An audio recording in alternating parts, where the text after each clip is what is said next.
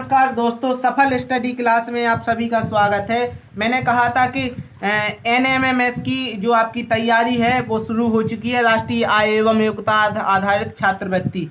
इसमें इस बार आपको बिल्कुल घबराने की बात नहीं है। आपका ये जो है आपका ये पेपर है ज़रूर निकलेगा, इसमें आपको स्कॉलरशिप ज़रूर मिलेगी। तो देखिए, हमने कुछ आपको 10-11 प्रश्न हैं जो आपको लिखे हैं और बताते हैं कैसे इन प्रश्नों को समझना है, कैसे आपके प्रश्न पूछेंगे आएंगे। सबसे पहला प्रश्न है, भाई आपको ये नहीं देखना है कि मैंने ये लिख दिया तो आपने स्क्रीनशॉट ले लिया और बस मैं याद कर लूँगा। जी नहीं, ये जो है प्रश्न मैं आपको एक एक से समझाऊंगा कि क्या है, कैसे चीज़ कहाँ से आती है, इसका नाम क्या है, कैसे इसको करेंगे। जब आपको इसको पूरा विस्तार से पता चल जाएगा तो आपको कोई गारंटी, कोई ज़रूरत भी नहीं पड़ेगी कि क्वेश्चन सीखना पड़ेगा। जब उसके बारे में आप गहराई से समझ जाएंगे तो वैसे ही आप बता सकते हैं।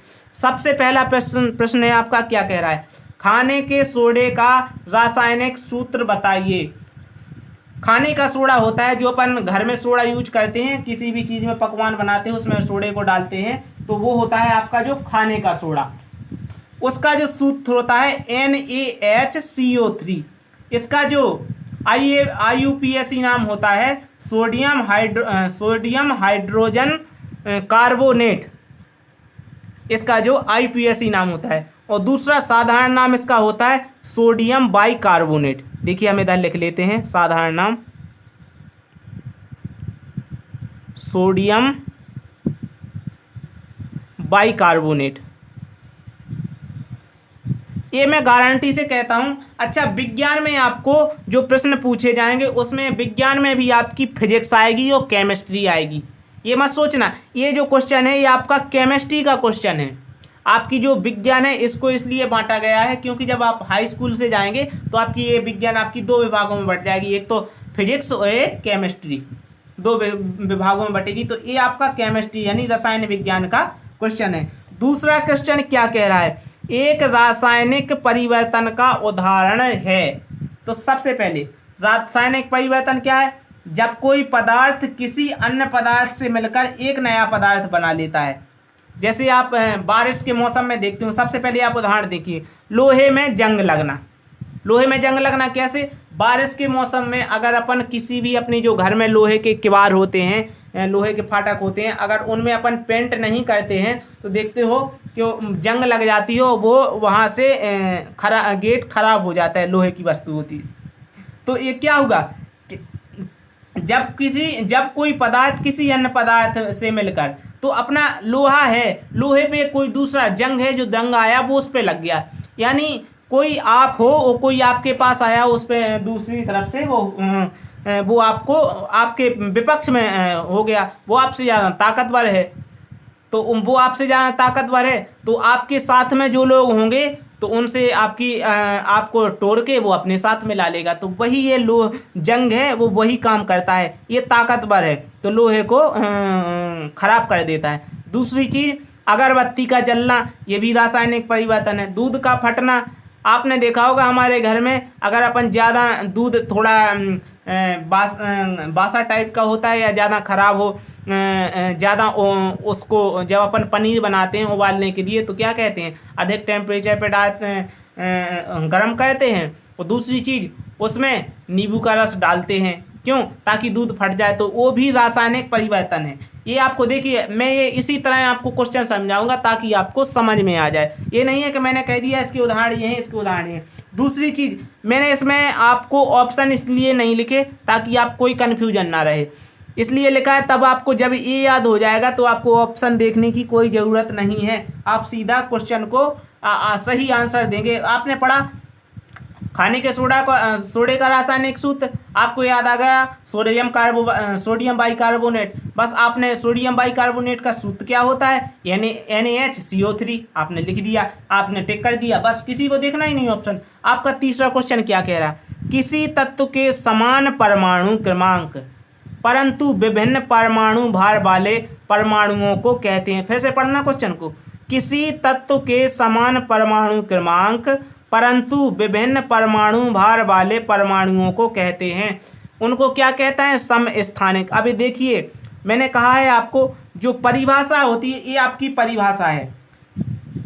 आपके किताब में मिलेगा आपको समस्थानिक क्या है, समभारक क्या है, तो उसमें आपको जो है उनने ये पूछ लिया। अब समस्थानिक उन्होंने परिभाषा दे दिया, तो समस्थानिक की परिभाषा क्या हुई, किसी तत्व के समान परमाणु क्रमांक परंतु विभिन्न परमाणु भार वाले परमाणुओं को क्या कहते हैं, समस्थानिक कहते हैं। तो बस ये हो गया आपका क्वेश्चन, इतना आसान सा सवाल, बस आपको देखना है। दूसरी चीज इसमें ये क्या कह रहे हैं, जिप्सम अयस्क है। जिप्सम किसका अयस्क है, जिप्सम जो है कैल्शियम का अयस्क है, जिप्सम। अच्छा, कैल्शियम क्या होता है, आपको एक चीज और बता दें, कैल्शियम की कमी होती है तो उससे क्या लक्षण होते हैं कैल्शियम कमी की। हमारे शरीर में अगर कैल्शियम की कमी हो जाए ना, तो आप देखें कुछ काम भी नहीं करेंगे, कुछ भी नहीं करेंगे, आपके शरीर में कैल्शियम की कमी हो जाती है तो आपको थकावट महसूस होने लगेगी। यानी आपका शरीर थकता हुआ ऐसे लगेगा जैसे आपको बहुत सारा काम कर लिया है, शरीर में मतलब पूरे हाथ पैर दर्द करेंगे, ऐसा लगेगा जैसे आपको कोई बहुत भारी काम किया है, तो उस धर क्या होता है, कैल्शियम की कमी हो जाती है, सबसे बड़ी चीज। तो जिप्सम अयस्क किसका है, कैल्शियम का। कैल्शियम का सूत्र क्या होता है, Ca। अब ये देखिए मैंने आपको 4 क्वेश्चन बता दिए बहुत आसानी से। अब और भी क्वेश्चन बताता हूँ, देखिएगा। ये देखिए दोस्तों, आपका अगला क्वेश्चन क्या कह रहा है, जल में ऑक्सीजन की संयोजकता होती है। तो जल में दोस्तों ये बहुत आसान सा सवाल है, आप कक्षा 6 से इससे पहले की कक्षा में भी पढ़ते होंगे। तो जल में ऑक्सीजन की संयोजकता 2 होती है, इसमें कोई समझाने की बात नहीं। अब 6वां क्वेश्चन आपका क्या कह रहा है, इलेक्ट्रॉनों और प्रोटोनों। ये क्वेश्चन आपका उल्टा लिख गया, इधर है प्रोटोनों और इलेक्ट्रॉनों की संख्या का कौन सा सेट Ci में पाया जाता है। ये देखिए, इलेक्ट्रॉनों और प्रोटोनों की संख्या का कौन सा कोट Ci में पाया जाता है।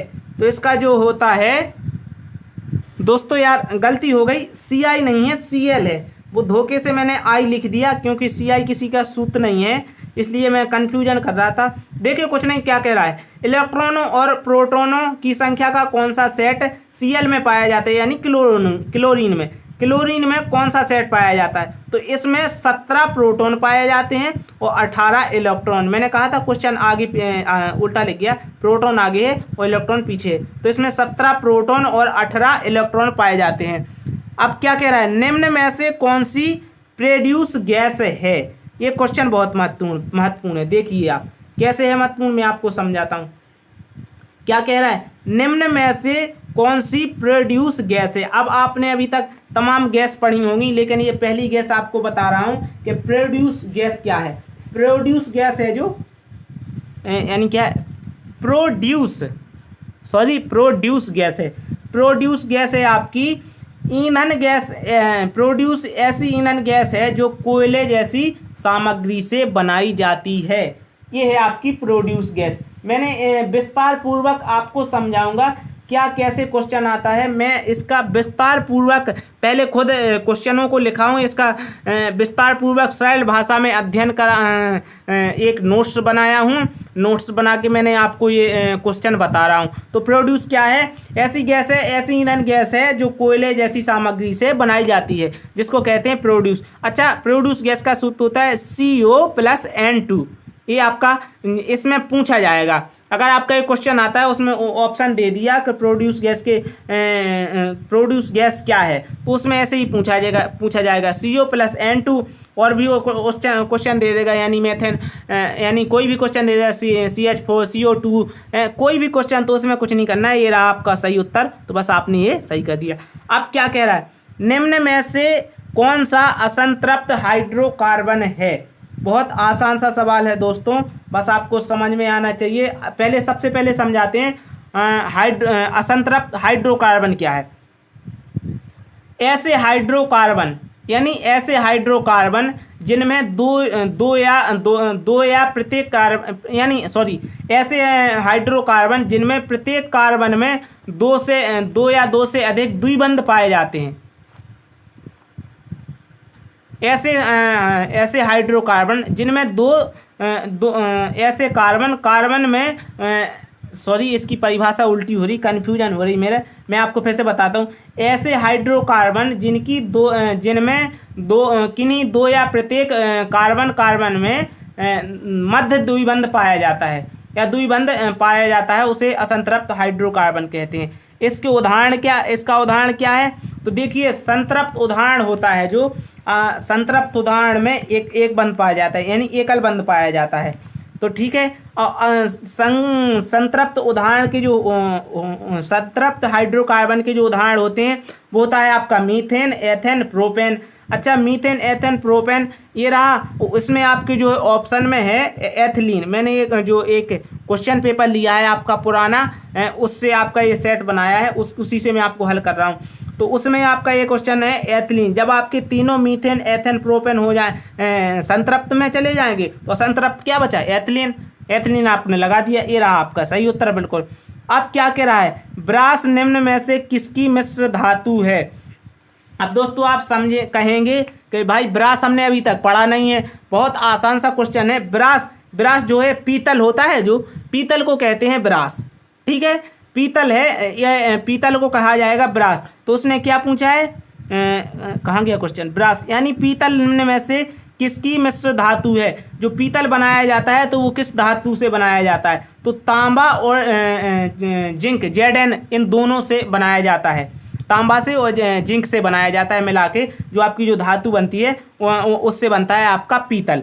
पीतल एक धातुओं से मिला के बनाया जाता है, कोई उसमें नहीं पाया जाता है, इसको धातुओं से बनाया जाता है वो भी। अब ये आपके क्वेश्चन बिल्कुल आसानी से हो गए। अब मैं आपको वो क्वेश्चन बताता हूँ इसका। ये देखिए दोस्तों, 10वां क्वेश्चन आपका क्या कह रहा है? ये क्वेश्चन आप छोड़ दीजिएगा, ये क्वेश्चन में मुझे भी कन्फ्यूजन हो रही है, क्योंकि इसमें 2 ऑप्शन मुझको सही लग रहे हैं। तो मुझे अभी इसको कंफर्म करके देखना है कि इसका कौन सा ऑप्शन सही होगा। मैं इसको विस्तार पूर्वक पढ़ूंगा, ये मेरी बुक में क्वेश्चन है, मैं उसमें पढ़ूंगा इसमें, क्योंकि मुझे पढ़ा है ये क्वेश्चन, मुझे कन्फ्यूजन हो रही है थोड़ी, इस तरह इसमें बढ़ा दिया है भाषा का, तो इसलिए कन्फ्यूजन हो रहा है। अब उससे इसको छोड़िए, क्वेश्चन को इसमें मैं बाद में बता दूंगा, ठीक है, या मैं आपको पक्का बताऊंगा जरूर। क्या कह रहा है? मानव नेत्र का लेंस होता है, जो मानव अपना जो आँख होता है, आँख की जो नेत्र होती है उसका लेंस होता है, उसका लेंथ अपसारी होता है। तो इसमें बहुत आसान से क्वेश्चन पूछे जा रहे हैं, कोई कठिन क्वेश्चन नहीं है। इसमें मानव नेत्र का लेंस होता है आपका अपसारी। इसमें 2 लेंस होते हैं, अभिसारी और अपसारी। तो आपका जो मानव नेत्र का लेंस होगा वो होगा अपसारी। अच्छा, ऊष्मीय ऊर्जा का मात्रक है। दोस्तों एक चीज़ और मैं आपको बता दूं, आपको जो मात्रक वगैरह हैं, ऊष्मीय ऊर्जा, कार्य, जूल, किसी भी कार्य का मात्रक, ऊर्जा का मात्रक, किसी भी उसका मात्रक पूछा जाए तो मात्रकों को आपको बिल्कुल कन्फर्म याद करके रखना है, क्योंकि ये क्वेश्चन बहुत सबसे ज़्यादा पूछे जाते हैं। तो ये रहा ऊष्मीय ऊर्जा का मात्रक है, तो ऊष्मीय ऊर्जा का मात्रक जूल है। अच्छा, ऊष्मीय ऊर्जा क्या होती है?